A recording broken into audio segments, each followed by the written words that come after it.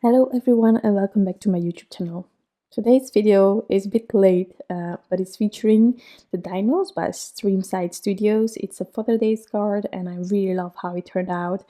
While I was coloring, I wasn't as sure about the idea, but I wanted to have like a crazy difference in colors that I used on this Dino. So I started with one of my favorite blue combinations. It's the B99, 97, 95, 93. And then I thought, how can I really let this combination stand out? Which combination can go with? And I ended up using yellows. And I was like, well, in between it can go greenish if it wants to, or anything like that. Well, with marker it's a bit different, but it turns out great. And I'm really glad with this challenge that I gave myself. So I'm just starting with this darker color. If I wanted it to, I could have just colored this Dino completely blue, which would have been great as well. Let's be honest, I love this combination. But as I said, I wanted something crazy, magical. No. But so here I'm just building up the colors. I'm flicking also, that helps me whenever I want my colors to fade into another one or like this. It's really handy for me. And don't forget the lightest of the blue markers. And then for the yellows, well, maybe it was easier if I would have stayed with like the really soft yellow colors, but I wanted it to be really bright. So for this idea, I actually, if I'm not mistaken, but we will see in a minute. For this idea, I started with like the top, and I just colored it. I first originally I was thinking just doing this one color, and then well, that was just not enough. So then I started on top. So I always color from darkest to lightest. And so here, even though I was using two colors, I really wanted to establish that as well, and to help me with my combination, I ended up going to the darkest yellow first and then building downwards with this combination. So here I'm trying to get the blend, and I must admit that at this point I was really doubting about my decision. But well, I'm happy with how it turned out, truly I am. But it was really, for me, it was the first time that I tried something like this, I think, and so I wasn't really sure about it either.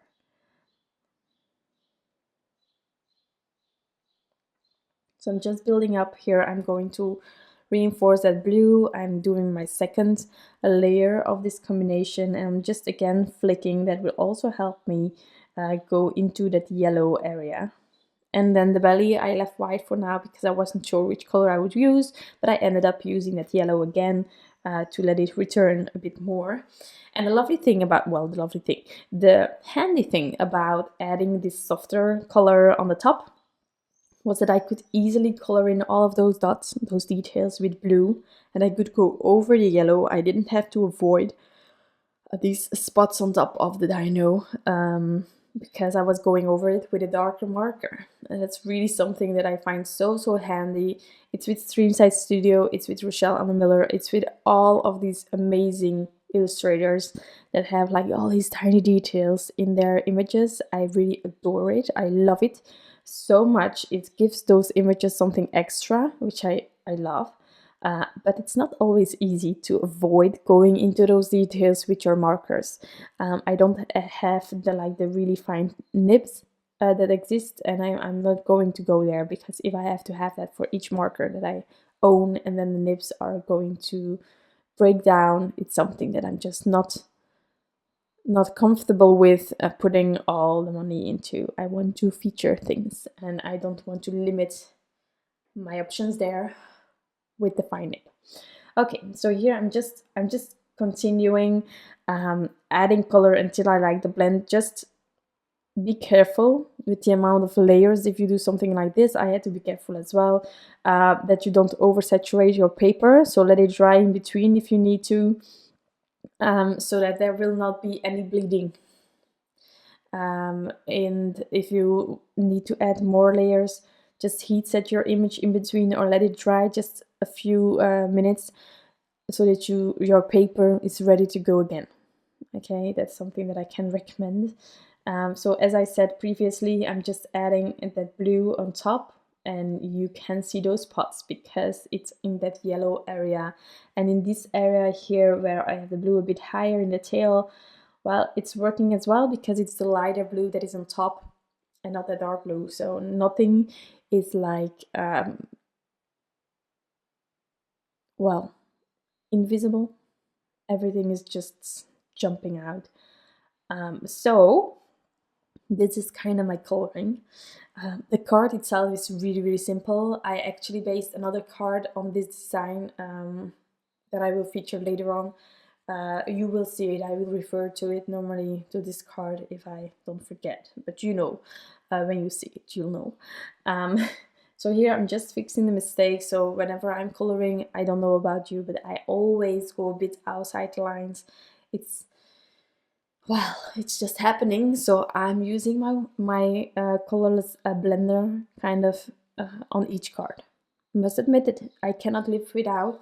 I think if you're new to Copic coloring or any alcohol marker coloring, you need a colorless blender or a zero or however the brand is naming it. But it just helps you push back that color that is going outside, and it's really, really handy. So for the card itself, I needed a panel, and I'm really bad myself at trimming, so I took this nesting Deckle A2 by Bluebird, which has this really fun edge to it. So I wanted to do that because this card, as I said, is going to be really, really simple. So I'm going to die cut this biggest A2 panel out of it. Next, I die cut that. I used the headliner Alphas by Mama Elephant. Really lovely dies. It's the first time I'm using it, but I love the font, like it's perfect. And I'm using the same blue combination to color this word. Of course, I need to go back in there, and I'm trying to sort of have the same amount of each marker on the same on the letters at the same area. So I'm just building it up. And then there are, of course, multiple ways to add this to the panel. I initially wanted to add it a bit wonky, but as you know, wonky and random is a lot of effort. So I ended up finally with a dad that is completely straight on top. I also wanted to add a secondary sentiment because, of course, that is already enough. You are going to write something on the inside, but at the same time, you know. So I took the Bitty Hugs and Kisses by My Favorite Things, and well, I contemplated, of course, but I ended up with the Bitty Hugs and Kisses from My Favorite Things to add a secondary sentiment. You can also, as I showed here with another stamp set that I finally didn't use because I just thought that the typewriter kind of thing wasn't really working with the neat dad look. So, and here the wonkiness, I loved my initial wonky dad, and then I added the A, and then it just wasn't working anymore, and I couldn't find the positioning, so I ended up adding both these straight as well, using my T-square ruler to guide me. There we go.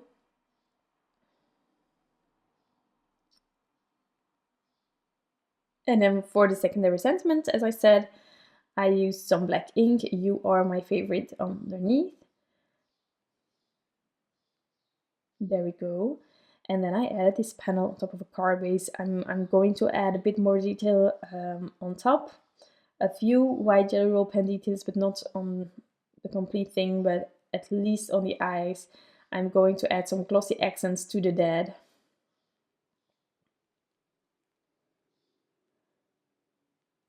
I contemplated adding it all over, but I didn't really, well, it was like the I continued, but the pen itself, this is a newer one that I have. It's kind of thick, And I did use it on this image because I printed it this large, you know.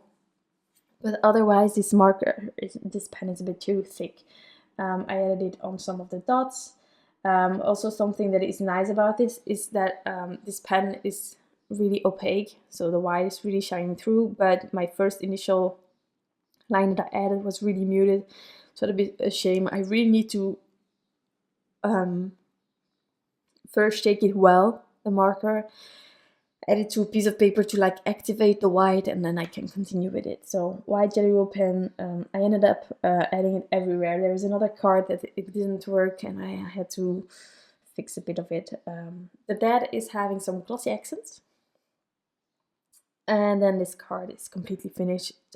It's already on the card base, so nothing left to do aside from the glossy accent. Just take your time, it's sped up here, but stay inside of those letters. If you go outside of it, which happens to me often as well, I just take my craft knife or my tweezers and I just scrape it off. But that's going to be it for today. My card, a Father's Day card, another one, but I have a father, and then there is the father of my little girl. So I need two each year at least, and if I want to, my father-in-law, or if I have enough time, I create some card for my father-in-law as well. Okay, so this is my card. I hope that it could inspire you to get outside of the comfort zone as well with your markers. I wish you all an incredible day, and I'll be back soon with kind of a similar card, but just something else. Bye!